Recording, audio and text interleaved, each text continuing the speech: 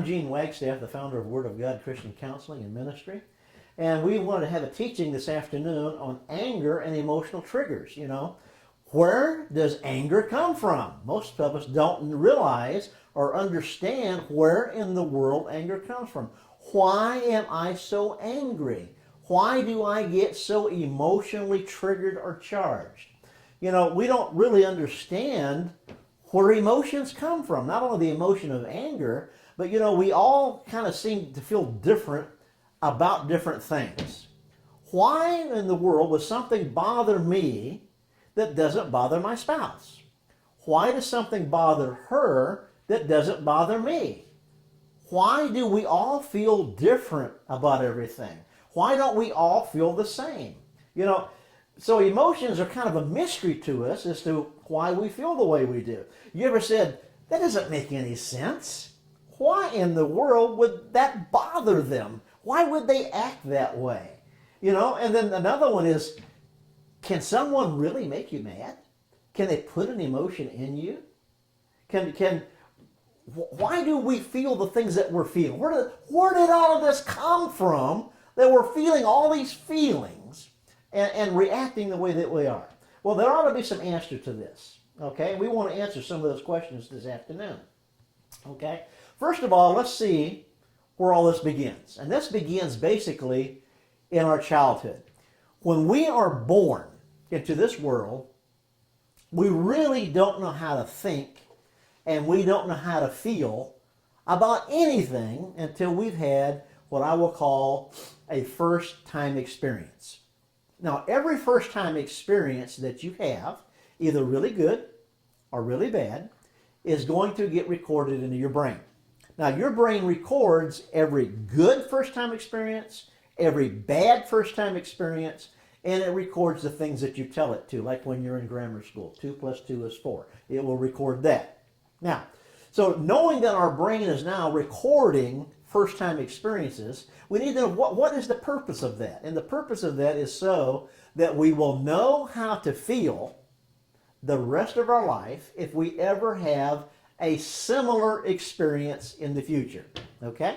That you'll be automatic. You won't have to think about how should I feel about this? How should I think about this? Because it's already recorded in your brain telling you how to think and feel. Now, let me give you an example. Let's say that there is a child that's, what age is this child's crawling? About 1.5, 2? So we've got a toddler about 2 years old, 1.5, 2 years old, and it's crawling on the floor. And it sees a receptacle.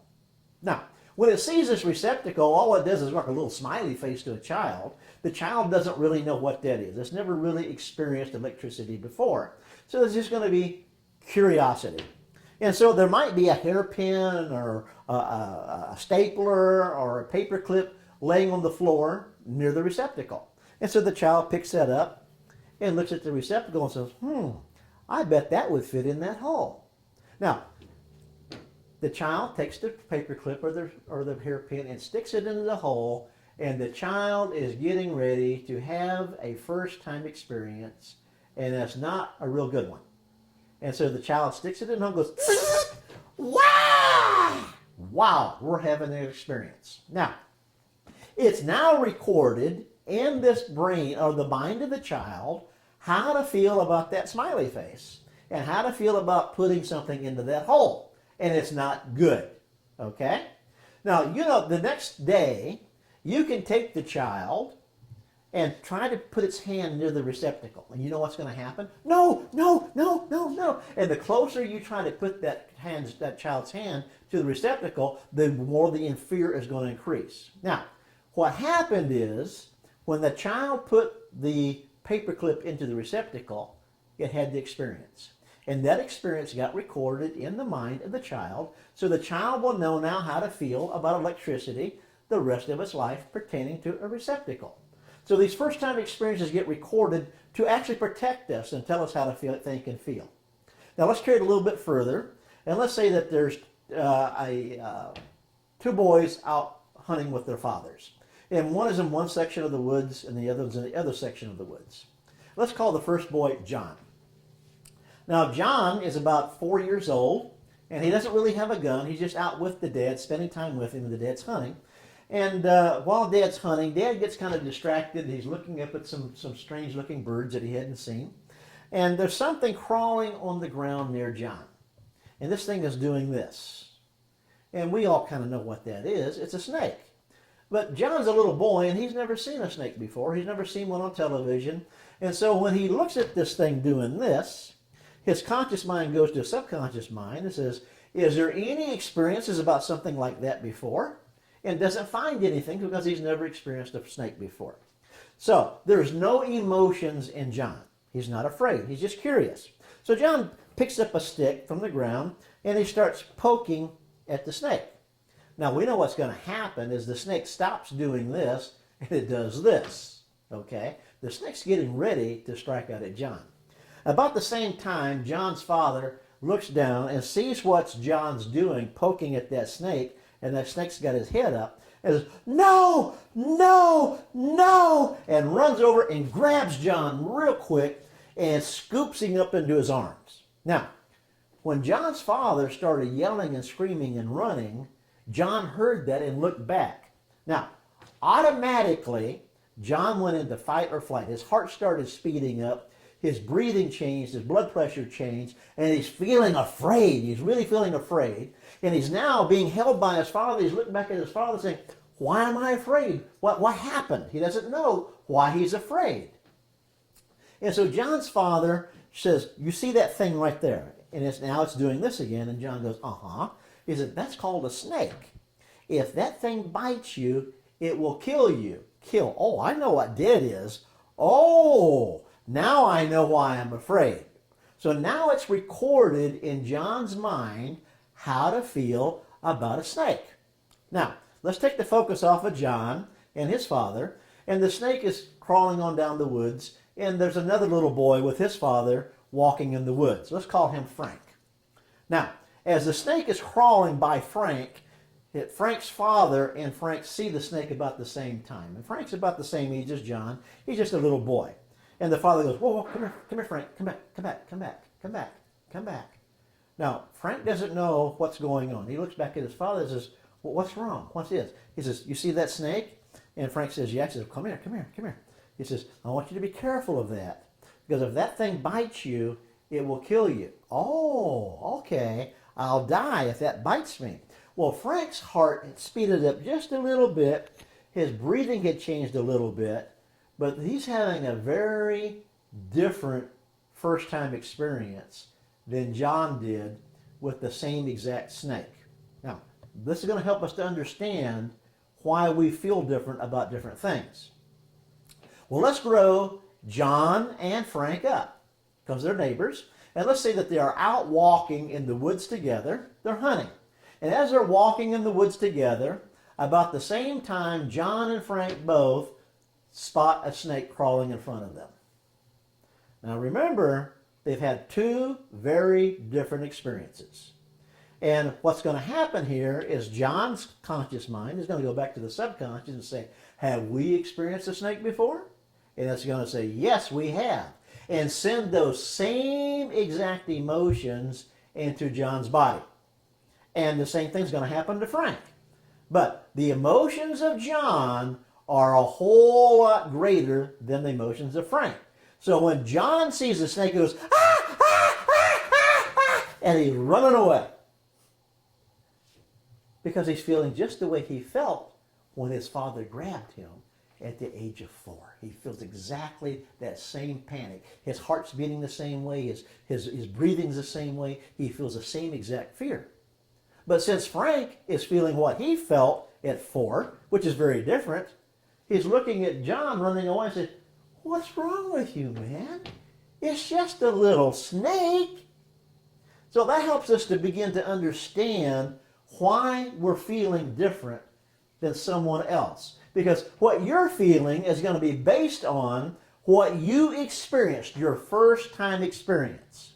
Your wife may have had a different first time experience. Your husband may have had a different first time experience. So what gets recorded in each one of us is going to be determined by what our first time experience was and what got recorded in our mind telling us how to feel about that experience. Now, let's start bringing that into relationships. Let's say that there's a little boy who is in his bed. It's about 9 o'clock at night. And he gets thirsty. And as he gets out of bed, and he's got to go to the kitchen to get a drink of water. And on the way to the kitchen, he has to pass through the living room to get to the kitchen. And in the living room is a big screen TV. This thing is humongous. It's one of these 70 inches, and it's just taking up almost the whole wall. And so there's something really, really funny on the big screen. So we know as he's walking and then the TV is on and something funny, we know what's going to happen. He's going to stop. He's going to start watching the TV. He's going to be laughing. He's all got all about going to get the water.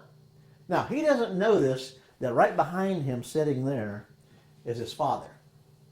And his father is not enjoying the TV being blocked. And his father is drunk. And his father has an anger problem. But this little boy, and we'll call him John, doesn't see him back there.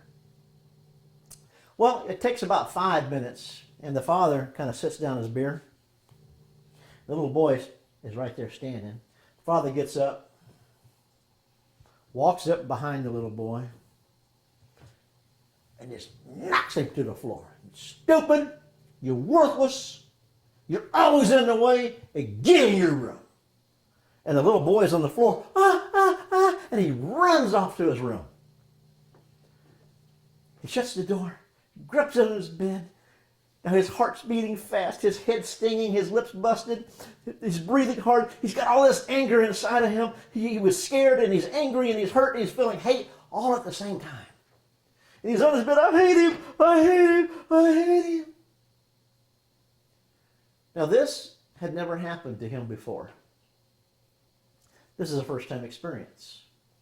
And it's not a good one.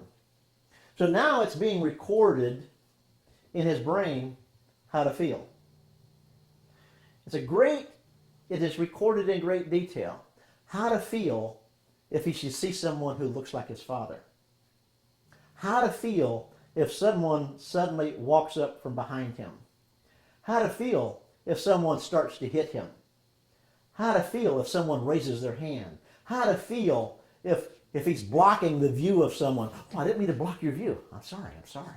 How to feel if somebody else blocks his view. How to feel if he's in the way. How to feel when you're hurt and you're in pain and no one comes to comfort you. It's recorded how to feel with the words stupid. How to feel with the words worthless. How to feel about the words in the way. Well, John was about 5 when that occurred. Well, let's grow John up. And let's say that now he's 25. And he's working in a small corporation. And he's got a computer job. And he worked on a report for about 3 weeks. And in this report, he finished up with it. And he took the report and he took it to his boss's desk. And he put it on the desk. And then he went back to his desk and he's working.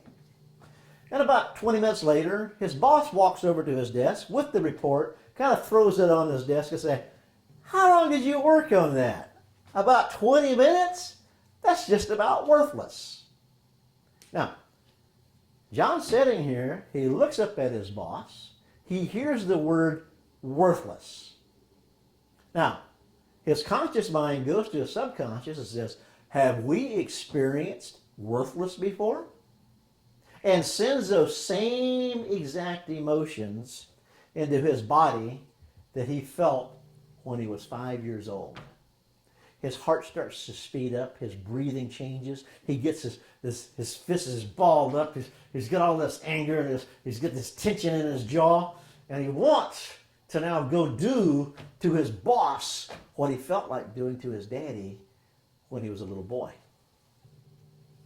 Now, who is John really angry with? We know that he's really angry with his father. But you would never be able to convince him of that because he believes he's angry with his boss. Because John's thinking, if he had to put that on my desk, if he had to said that, I wouldn't feel this way. That's what I call a small truth. That's truth. If the boss had to use those words, if the boss had to put it on his desk, he would not feel that way. But there's a bigger truth than that. He shouldn't feel that way even if the boss did say worthless and put it on his desk. There would be some emotions, but not to the extent that you want to go and maybe even kill him. So John manages to push this down. So he doesn't get fired and he needs a job. So he goes home. And he's all stressed out with this. He hasn't got over it. He's really emotionally charged with this. And he wants to tell his wife about it. Well, his wife is over at the kitchen table, and she's fixing dinner. And John's telling her, and he's standing beside her as she's working and fixing the dinner. And he says, whew, I almost lost my job today. She says, why? What happened? She says, you won't believe what my boss did. You won't believe what he did. You know that report I worked on for 3 months? And she says, yeah. He brought it over my desk, put it down, said it was worthless, and walked away. She says, that must have bothered you. He says, bothered me. I wanted to go kill him. I can't get over it. She says, whoa, you're really angry, aren't you? I says, yeah, I'm angry. No one should treat me that way. And now remember, when that memory of when he's 5, there's other words, stupid and in the way. So he thinks I'm stupid. I'm just in the way at work. I think he wants to get rid of me. And so now she says, would you move over a little bit? You are in the way. His conscious mind goes to his subconscious mind. And we know what's there with the words in the way. He feels like that 5-year-old little boy with his father who just got hit and sends the same exact anger to his wife. And he looks at his wife and says, don't you ever tell me I'm in the way. You're just like my boss. You think I'm stupid too, don't you? You think I'm worthless. I think I'll go into the living room, have me a beer with the kids. They love me. So he grabs a beer and he goes in the living room and he sits down in the chair and he's sipping his beer. He's trying to get through this. Man, what a day, what a day, what a day. And so he's got the TV on. There's something funny on the TV. And the 2 kids are over there playing. All of a sudden they're playing in front of the TV. And now they're standing up in front of the TV. And one of the other kids says to them, you're just stupid. Uh-oh. Now we know what's going to happen, don't we? Because it's programmed in his mind how to feel about that word stupid. So his conscious mind goes to his subconscious mind and sends all this hatred into his body. And he looks at those kids, and who does he think he's angry with? He thinks he's angry with them. Who did he think he was angry with at work? He thought he was angry with his boss. Who did he think he was angry with in the kitchen? He thought he was angry with his wife. But who is he really angry with? And we know it's his father. And so he looks at these kids feeling all this hatred that he felt when his father did this to him. And he slams his beer down, goes over to those 2 boys, and looks at the one and does the same thing to his son that was done to him. Yelling and screaming, just like his father yelled and screamed to him. Don't you ever call your brother stupid. You're just worthless and you're in the way. Get in your room. And now we have a repeat. The little boy runs and gets in his room. I hate him, I hate him. And there's a recording being made now in that little boy's mind, telling him how to feel about the word stupid, worthless, and in the way. John goes back to his chair and he sits down. He gets his beer and he takes a gulp. I can't believe I did this. It's exactly what I swore I wouldn't do. I swore I wouldn't do it. I wasn't going to treat my kids the way I've been treated. But he couldn't stop because he was emotionally triggered with this anger. He couldn't stop himself. He did to his own child what was done to him. Now, in normal counseling, you could look at John and you could say, John, you know what? It wasn't really your boss you were angry with. It wasn't really your wife that you were angry with in the kitchen. And it wasn't really your children that you were angry with when they blocked your television. And he would think you were crazy. Well, of course it was them I was angry with. Because traditional counseling doesn't understand how emotions work. They don't understand how the mind works, recording all of these things, and who John was really angry with. Now, let's look at this a little bit further biblically to understand how all this happens. Okay? It says for this reason a man shall leave his father and mother and be united to his wife, and the two will become one flesh. That's Matthew 18:5. Then in Ephesians 6:1-3, it says this: Children, obey your parents in the Lord, for this is right. Honor your father and mother, which is the first commandment with a promise, that it may go well with you, and that you may enjoy a long life on earth. Now, most people don't realize that our spouse, when we grow up, takes the place of our mother and father. And we don't realize it in a working environment that when we have a boss, whether they're male or female, that boss would take the place of our mother or our father also. Okay? Now, when John got married, his wife took the place of his mother, took the place of his father. So all these unresolved issues from John's childhood that are not resolved with his father are going to get transferred to his wife. They're going to get transferred to his boss. And so he's going to be feeling with his boss and his wife and other people what he felt back there where he was not able to honor his father and his mother. So life's not going to go well with John, and he's not going to enjoy a long life on this earth in the same exact areas where he did not honor his father and mother. Now let me give you examples. Let's say that a child's parents ignored that child and that you married that child, okay?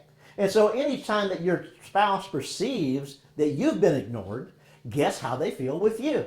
There's a transference of these emotions onto you. And you're saying, you shouldn't feel that way.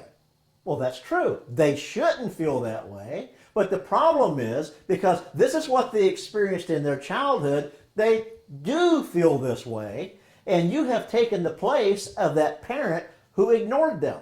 So anytime that you do anything similar to the parent that ignored them, they will feel with you what belonged to that parent. Let's say that as a child, your spouse was talked to very harshly by their mother or their father. And then they marry you, and you've taken the place of that mother or father. So that anytime, just in conversation, that you do a hand gesture or your face looks the same or you get the same voice tone, they may say to you, stop yelling at me that way. Stop looking at me that way. Don't use that tone of voice with me. You sound just like my mother, or you sound just like my father. My parents treated me that way, and you're not going to treat me that way. Now what's happening here, there's being a transference made here, okay? This recording was made in their childhood.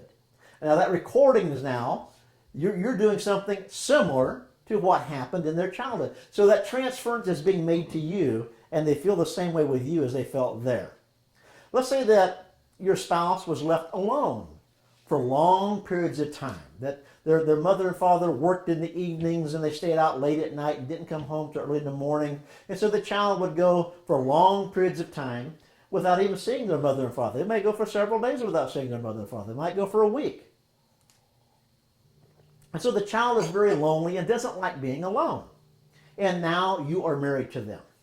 And you've taken the place of that mother, you've taken the place of that father. So every time you get ready to go out the door, we've got an argument. Where are you going? Why are you going there? Why you have to leave me? Why don't you want to be around me? You have time for everybody, but you don't have time for me. Why don't you want to spend time with me? Now, this may not be, it may be that you are spending a lot of time with them, but remember, these emotions are the emotions of a child. And so even though that your spouse is an adult body now, they're feeling just like that child emotionally whose parents are leaving them every time you walk out the door. So you may be saying, you shouldn't feel that way. I do spend time with you. You're giving all these excuses. It doesn't make any difference. They do feel this way because that's what got recorded in their childhood. Okay? Let's say that your spouse as a child did not get much hugs from their parents. They didn't hold them. They didn't snuggle with them. They weren't on the couch all snuggled up as a family. And so there wasn't much touch going on. There wasn't hugging. And so since they did not get that need in their childhood and they're now married to you, emotionally they got stuck back there as a child. And they're wanting they want to hug you and hold you and touch you very, very often. And what happens is because you feel like your space is being invaded all the time, especially if you're a female trying to cook dinner and your husband's around there trying to hug you and to hold you and touch you and do certain things. Get away, get away, get away. And you're doing the same thing to your husband or to your wife that their parents did. Now it's true they shouldn't need that, but there's a bigger truth. They do need that because it was not met in their childhood, and you have taken the place of that mother. You've taken the place of that father who did not meet those needs. Let's say that when your spouse was a child, one of their parents cheated, okay? And it really hurt the family bad. And it's recorded in the child's mind how hurt that child was. That daddy was with another woman, that daddy went with another family, and that daddy's not home, and all this pain and all this anxiety is recorded in that experience when that child was small. And now you have taken the place of that mother. You've taken the place of that father who cheated. And every time that you're out and away from the house, where have you been? Who were you talking to? They're very jealous of any time that you even look at someone. They would be asking you all kind of questions as to why you weren't home on time and what took you so late. And when you was in that store, did you talk to the cashier? Was the cashier a female? And so there's going to be all types of insecurity based on what you're doing, even though you're doing nothing wrong. But you have taken the place of the person that did. And it's recorded within them how to feel when you do anything similar.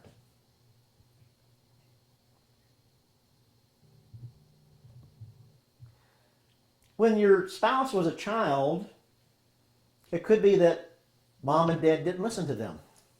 That what they had to say to mom and dad was not important.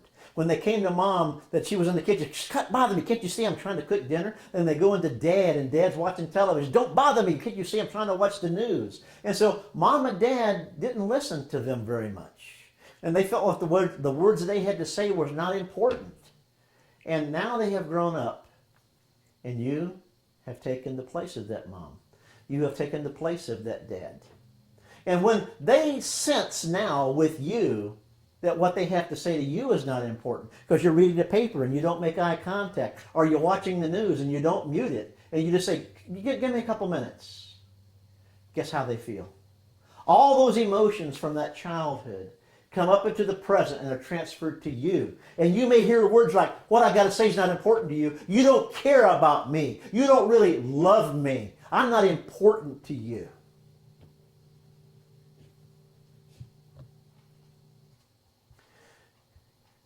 When your spouse was a child, it could be that the parents were in relationships with their friends, but not in relationships with the children. It didn't include the children in things that they did. The parents were always out partying and having fun with their friends, but spent very little time with their children. And now that child has grown up and you're married to that child. And they're always complaining, "You don't spend time with me. I'm not important to you," even though you may be spending time. But what they need is more time, because now those childhood needs are being transferred to you. What happened here did not have to happen in all of these different scenarios where we've got all these transferences being made. You know, when we're going back and we're talking about John, when he was in the bedroom, what John did not do, and he didn't realize it, he didn't realize that he was violating one of God's eternal laws. And this eternal law is a law of forgiveness. And there is a consequence to not forgiving. And when we don't forgive, then these memories and these emotions are going to surface later in life, anytime that we're in a similar situation. And so what we're going to do now is this is going to be the ending of part one, and we're going to talk about the consequences of unforgiveness and how it affects our emotions in part two.